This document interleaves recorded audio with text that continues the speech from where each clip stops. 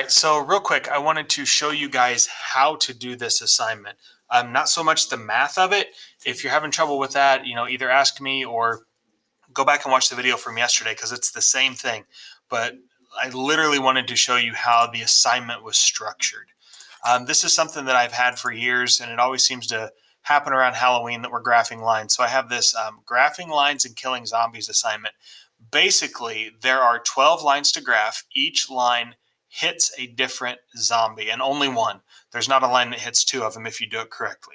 So what you're going to have to do, once you open up, you click on the assignment, and once you actually click on the document, all right, so it pops up, you're going to need to open with or annotate with Kami, which you should be used to. We've done this a bunch.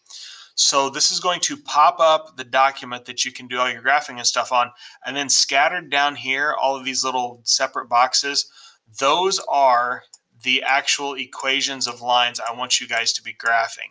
So they're kind of scattered around. I tried to do this so you didn't have to type in the equation that you were trying to write. So basically just grab one of them, graph it, and then you're going to put the equation you graph next to the zombie that it kills.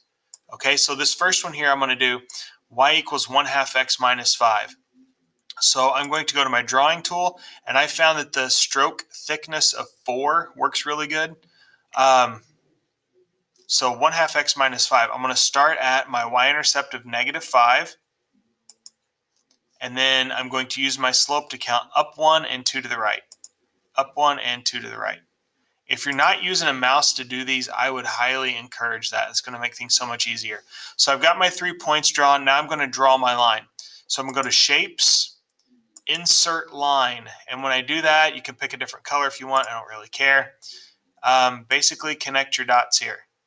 So it seems pretty straightforward to me that this line, y equals 1/2 x minus 5, is going to kill this zombie. Now, it doesn't, if it hits him in the big toe, it still kills him. These are magic bullets here.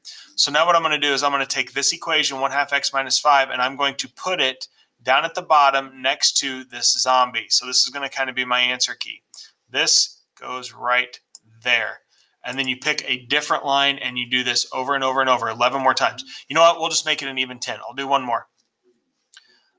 So this guy, -2/5 x minus 6. So I'm going to go to my drawing tool, -6 here, down 2, 1, 2, over 5, 2, 3, 4, 5. There you go. Down 2 more, 2, 1, 2, 3, 4, 5. There we go. Okay, shape tool, line. I'm going to draw my line in here. Oh, it's killing the old lady with the cane. You should, if we were doing this in class on pencil and paper, I would give you guys a ruler, and you'd extend these things out. Be aware of that. I'm not going to ask you guys to do that, but just be aware of this.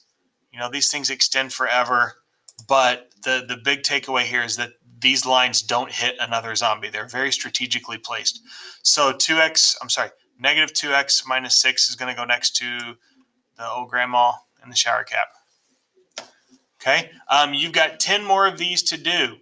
So I will, when I share this document, it will already have these 2 done. You do the other 10. So I'm looking for, the lines up here graphed, obviously, and then the equations in the right boxes.